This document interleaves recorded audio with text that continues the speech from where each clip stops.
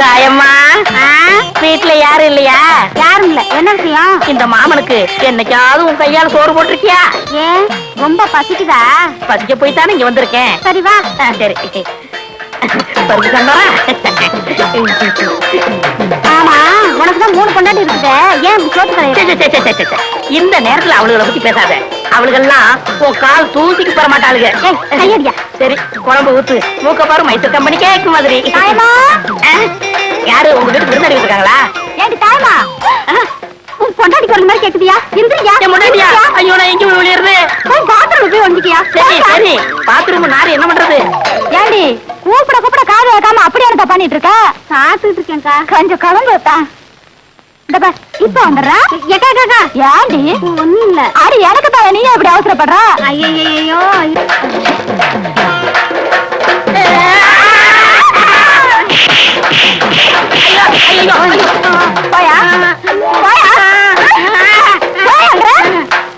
ஏமா, காலையில என்னடானா என் ஆஸ்பத்திரியை கூட்டி போயிருக்கிற, இப்ப என்னன்னா பணியார் வீட்டுக்கு புள்ள எடுத்து போற, ஏகப்பட்ட வருமடி போல இருக்கு. ஆமா, இப்படி ஆடி ஓடி 4 காசு சம்பாதிச்சாதானே புருஷன் வீட்டுக்கு போகும்போது மூக்கையும் காதுலயும் ஏதாவது போட்டுக்கிட்டு போக முடியும். 4 காசு சம்பாதிச்சா மூக்குல காதுல போட முடியாது, பாக்கெட்ல தான் போட முடியும். சும்மா ஒரு பேச்சுக்கு சொன்னா அதையும் புடிச்சுக்கிறீங்களே. நான் சிகரெட் தவிர வேற எதுவும் பிடிக்கிறது இல்ல. நானும் அதை கேட்கலான்னு தான் இருந்தேன். நீங்க டாக்டர் தானே, சிகரெட் குடிச்சா சீக்கு வரும்னு உங்களுக்கு தெரியாது? நான் எனக்காக சிகரெட் பிடிக்கலமா, பல கோடி தொழிலாளர்களுக்காக சிகரெட் பிடிக்கிறேன். என்ன புரியலையா? இந்த சிகரெட் தயாரிக்கிற தொழிலால எத்தனை கோடி மக்கள் வாழ்றாங்க தெரியுமா? நான் மட்டும் இந்த சிகரெட் பிடிக்கிறத நிறுத்திட்டேன்னா அவங்க வருமானம் எல்லாம் பாதிக்கும், அந்த தொழிலே பாதிக்கும், அவங்க எல்லாம் பட்டினியா இருப்பாங்க. அந்த மக்களுக்காக தான் நான் சிகரெட்டையே பிடிக்கிறேன். அப்ப சிகரெட் குடிக்கிறது தப்புன்னு கவர்மெண்ட் சொல்லுது. அங்கதான் கவனிக்கணும்.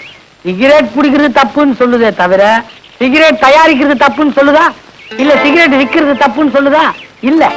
ஏன்னா கவர்மெண்ட்டுக்கே சிகரெட்டால வருமானம் இருக்கு. நான் ஏன் சிகரெட் பிடிக்கிறேன்னு இப்ப உனக்கே தெரிஞ்சிருக்கும். ஒண்ணு தொழிலாளர்களுடைய பட்டினி, இன்னொன்னு கவர்மெண்டோட வருமானம். என்ன மத்தவங்க எல்லாம் சிகரெட் பிடிச்சி உடம்பு கட்ட பிறகு மருந்து சாப்பிடுவாங்க. நான் டாக்டர் ஆகிறதால முதல்லயே மருந்து சாப்பிட்டு அப்புறம் சிகரெட் பிடிக்கிறேன். நாங்க 4 காசுக்கு நாயா பாடுபடுறோம், நீங்க காசை புகையா விடுறீங்க. உங்களுக்கு என்ன போச்சு? வரவதான கொண்டு வர போறா? எங்களை மாதிரியா காசு சேர்த்து கல்யாணம் பண்ண போறீங்க? அழகுமா, ஓ அழகுக்கு நீ காசு சேர்த்து வைக்க வேணாம். உன்னை கட்டிக்கு போறவங்க தான் பாக்கெட்ல காசு கொண்டாடணும். நல்லதா பேசுறீங்க. ஆமா, உங்க பாக்கெட்ல எவ்வளவு இருக்கு? என் பாக்கெட்ல இருக்கிறத கொடுத்தா என்ன நீ கட்டிக்குவியா? நிஜமா. அப்புறம் பேச்சு மாறக்கூடாது. நான் பேச்சு மாறது இருக்கட்டும், உங்க சட்டையில பாக்கெட்டே இல்ல. முதல்ல அதை கவனிங்க.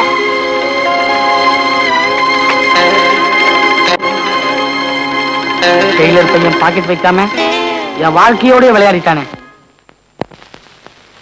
டாக்டர், நீங்க யாரு மேலையும் குத்தம் சொல்ல வேணாம். 2 மேட்டையும் சோதிச்சு பார்த்து ஒரு முடிவுக்கு வாங்க. சோதனை பண்றதுக்கு நீங்க என்ன கள்ளக்கடத்தலா பண்றீங்க? டாக்டர், 6 ஏக்கர்ல நிலம் வாங்கி இவ பேர்ல எழுதி வச்சிருக்கேன். 6 பவுன்ல அட்டியா செஞ்சு போட்டிருக்கேன். அக்கம் பக்கத்துல ஆத்திர அவசரத்துக்கு 1000 ரூபாய் கொடுத்து வச்சிருக்கேன். இது தவிர ஒரு மனுஷன் என்ன செய்ய முடியும்? இவ்வளவு செஞ்சு என்ன பிரயோஜனம்? எல்லாம் அடிபடுற மாதிரி ஒரு சின்ன வீடு வச்சிருக்கிய. புருஷன் உண்மையா நடந்தாவே போதும், அதுவே பொண்டாட்டிக்கு பெரிய சொத்து. நீ சொல்ற மாதிரி இந்த நகை நெட்டுலாம் சின்ன வீட்டுக்கு வேணும்னா சரிப்பட்டு வரும். டாக்டர், நல்லா புரியும்படியா சொல்லுங்க. உனக்கு வக்காலத்து வாங்குறதா நினைச்சுக்காத. நீ இறுக்கி பிடிச்சா அவர் ஏன் வெளில போறாரு? நான் என்னங்க பண்ணுவேன்? அவரை பிடிக்கிற அளவுக்கு என் உடம்புல தெம்பு இல்லைங்களே. தெம்பு இல்லையா? எங்க கையை காட்டு. நாடிய பாப்பீங்கன்னு பார்த்தா கைரேகை பாக்குறீங்க. முதல்ல நான் ரேகையை தாங்க பாப்பேன். ஏன்னா போற கேஸ் இருந்தா முதல்ல சொல்லிடலாம் பாருங்க. எதுக்கு வீணா வைத்திய செலவு? எப்படி இந்த ரேகை போற மாதிரி தெரியுதா, இருக்கிற மாதிரி தெரியுதா? ஏமா, நீ இந்த ஆள் கூட வாழ்ந்தே ஆகணுமா? என்னங்க இவர் இப்படி சொல்றாரு? ஆமா, நீ ஒல்லி, நான் குண்டு, பின்ன சொல்ல மாட்டாரு. அது இல்லையா, இந்த கைராசிக்கு ஒரு பெரிய புதையிலே காத்துக்கிட்டு இருக்கு. அதை இந்த அம்மா கையாலே தான் எடுக்கணும். டாக்டர், நிஜமாக சொல்றீங்க? யோ, நான் டாக்டருக்கு படிச்சதை விட ஜோசியம் படிச்சது தான் அதிகம். கல்யாணி, கல்லானாலும் கணவன், புதையலானாலும் புருஷம்மா. டாக்டர், என் பொண்டாட்டி குணமாறதுக்கு நல்ல மருந்தா கொடுங்க டாக்டர். மருந்துலாம் ஒண்ணும் வேணாம். அந்த சின்ன வீட ஓரம் கட்டி வச்சுட்டு நல்லா சிரிச்சு பேசுங்க, சரியா போயிடும். கல்யாணி, நீ வா, புதையல் கிடைச்சோன்னு ஒரு நல்ல டாக்டரா பாப்போம். பாத்துமா, பாத்து. காத்தடிக்குது, பறந்துட போற. எங்க டாக்டர், உங்களுக்கு கைரேகையெல்லாம் பார்க்க தெரியுமா? பொம்பளைங்களுக்கு எல்லாம் பாப்பேன். அப்படின்னா எனக்கு பாருங்களா.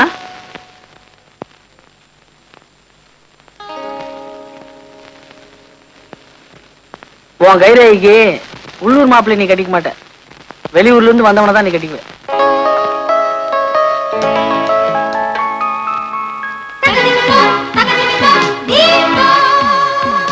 ஏங்க, இந்த மாதிரி 2 பேருக்கு கை ஜோசியம் பாத்தீங்கன்னா உங்களை டாக்டர்னே சொல்ல மாட்டாங்க, ஜோசியக்காரர் தான் சொல்லுவாங்க.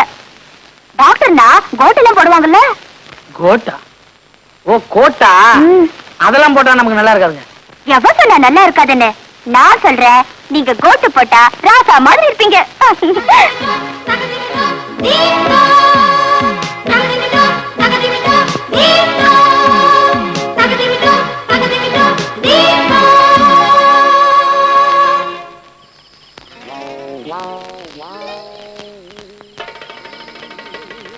ஏங்க டாக்டர், நீங்க பெரிய உத்தியோகம் பாக்குறவங்க, உங்களுக்கே சாப்பாட்டுக்கு கேரியர் நாளையில இருந்து ஏற்பாடு பண்ணிருக்கிறேன்.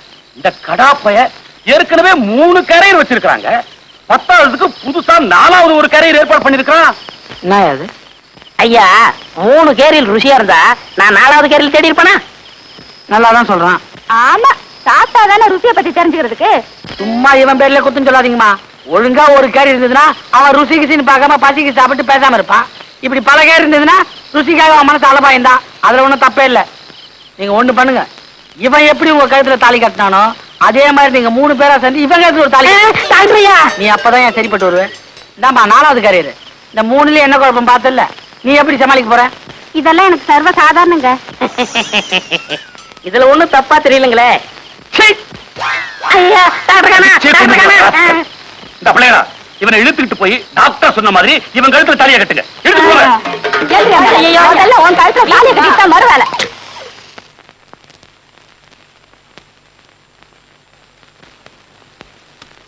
சொல்லுமா, உடம்பு என்ன பண்ணுது? வெக்கமா இருக்குங்க. வெக்கமா இருக்கா? வெக்கப்பட்டா நான் எப்படிமா உடம்புல இருக்கிற நோயை தெரிஞ்சுக்கிறது? உங்களை பார்த்தா எனக்கு ரொம்ப கூச்சமா இருக்குங்க.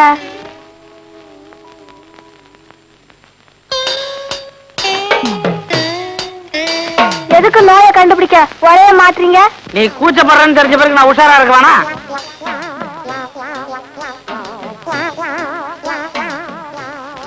ராத்திரி சினிமாக்கு போனியா? அது எப்படி உங்களுக்கு தெரியும்? நாடிய பார்த்தா தெரியுதே. என்ன படம்? 16 வயது நிலை. அது சரி. அதுல டாக்டர் கோழியை செக் பண்ணுவார, அது உனக்கு ரொம்ப பிடிச்சிருக்குமே. அது எப்படி கரெக்டா சொல்றீங்க? நாடி கொக்கரக்கோன்னு. ஏங்க, எனக்கு இந்த நோய் எப்ப தீரும்? இப்பதான் ஆரம்பிச்சிருக்கு. உடனே மருந்து கொடுத்தா அப்புறம் நோய்க்கு ஒரு மரியாதை இருக்காது. நீ என்ன பண்ற, டெய்லி என் வயசு பசங்க கிட்ட சிரிச்சு சிரிச்சு பேசுற, சீக்கிரமா பலன் கிடைக்கும். அப்படின்னா நான் உங்ககிட்டயே பேசுறேனே. வேணாமா, நானே இப்பதான் ஊருக்குள்ள வந்து கொஞ்ச நாள் ஆகுது. உங்ககிட்ட பேசிட்டு மாத்திரையை மாத்தி கொடுத்தேன்னு வச்சுக்க, அப்புறம் நான் ஊரையே மாத்திக்க வேண்டியதுதான். மாத்திரையை மாத்தினாலும் மாத்துங்க, ஆனா ஊரை மட்டும் மாத்தாதீங்க, அப்புறம் இந்த சின்ன மனசு தாங்காது. இவ்வளவு பெரிய மனசை வச்சுக்கிட்டு சின்ன மனுஷன்றியாமா? உனக்கு உண்மையிலேயே பெரிய மனுஷமா? இடத்த காலி பண்ணு.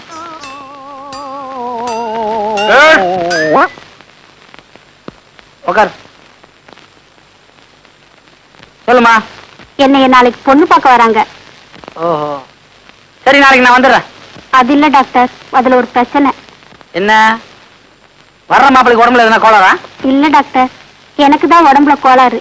உடம்புக்கு என்னம்மா? உடம்புக்கு ஒண்ணு இல்ல டாக்டர், நான் ரொம்ப கருப்பா இருக்கேன். என்னை பார்க்க வர மாப்பிள்ள ரொம்ப சிகப்பா இருக்காரு. எனக்கு ரொம்ப பயமா இருக்கு டாக்டர். பாருமா, பொண்ணு கருப்பா இருக்கிறதுல தப்பே இல்லை, ஆனா கற்போட இருக்கணும், அதான் முக்கியம். ஏமா அவ்வளவு தூரம்? எனக்கே மனசுக்குள்ள கொஞ்சம் கருப்பா இருக்கிற பொண்ணை கட்டிக்கணும்னு தான் ஆசை. நீங்க என்ன சமாதானப்படுத்ததான் இப்படி எல்லாம் சொல்றீங்க. உனக்காக மட்டும் இல்லம்மா, எல்லாருக்காகவும் தான் சொல்றேன். அப்ப நான் சிகப்பா மரத்துக்கு மருந்தே இல்லையா?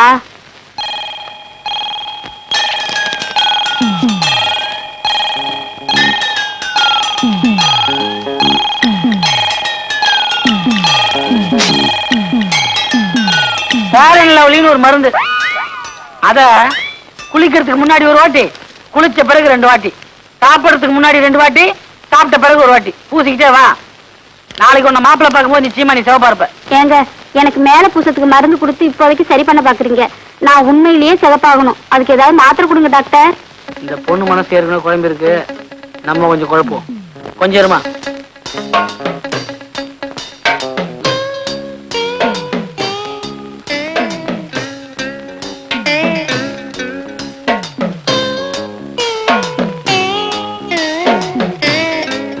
இந்த மாத்திரை சாப்பிட்ட நல்லா தூக்கம் வரான், பயந்துடாத.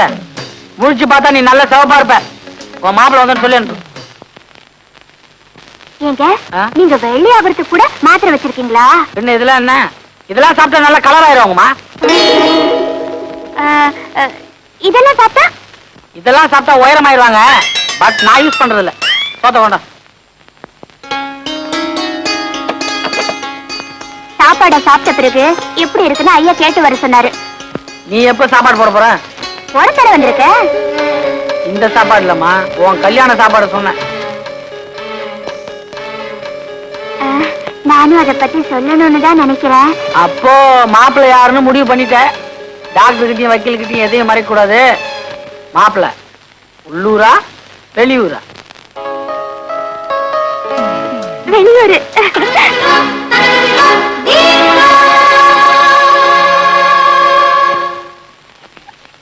இந்தாமா. இனிமே உங்களுக்குள்ள சண்டையே வராது சாமி. என் பச்சை எப்படி ஒட்டி இருக்கோ அது மாதிரி உங்க மனசு இனிமே ஒட்டி போயிடும். ஏ என் கைராசி அப்படி. வரேன் சாமி. ஜக்கம்மா. இந்த உன் பேரை என் கையில எழுத சொல்லிட்டியே, இப்ப யாராவது பார்த்தா என்ன பண்றதா? யாராவது பார்த்து கேட்டா இதான் உன் புருஷ பேர் சொல்லு. தைரியத்தை பாரு. நீ ஆம்பளை சொல்லுவ, நான் எப்படி சொல்றதா? கவலைப்படாத, இதான் நான் உனக்கு போட்டுருக்க அச்சாரம். இது யாராவது பாக்குறதுக்குள்ள உன் கழுத்து தாலி கட்டிட்டேன். எப்படியா? இப்படியா? டீ விடுறா. பெருசு டீ அதிகாரமா கேப்ப, காசு தான் கொடுக்க மாட்டேன். நாடா கொடுக்க மாட்டேன். அறுவடை முடிவிட்டு வாங்கிக்க. இதே வார்த்தையை தான் பார்வர் சாப்பிடுன்னு சொன்னேன். அங்க ஒரு பேச்சு இங்க ஒரு பேச்சா? நம்ம கிட்ட எப்போ ஒரே பேச்சு. வேணா அவனை கேளு. நல்லவேளை என் ஜவுளி தப்பிச்சு. அம்மா உங்க பொண்ணு எப்படி இருக்கு? நல்லா இருக்கு. வாயா கருப்பு, பார்த்து பல வருஷமாச்சு. கல்யாணம் முடிஞ்சு ஊரை விட்டு போனவன் இப்பதான் வந்திருக்கியாக்கா. ஆமா, எத்தனை குழந்தைங்க? அதை ஏன்பா கேட்கக்கூடாதா? அதுக்கு இல்லப்பா, 5 குழந்தைகளை வச்சு அவசப்படுறேன்ப்பா. 5? அதுல உனக்கு பிறந்தது எத்தனை? ஊரானுக்கு பிறந்தது எத்தனை?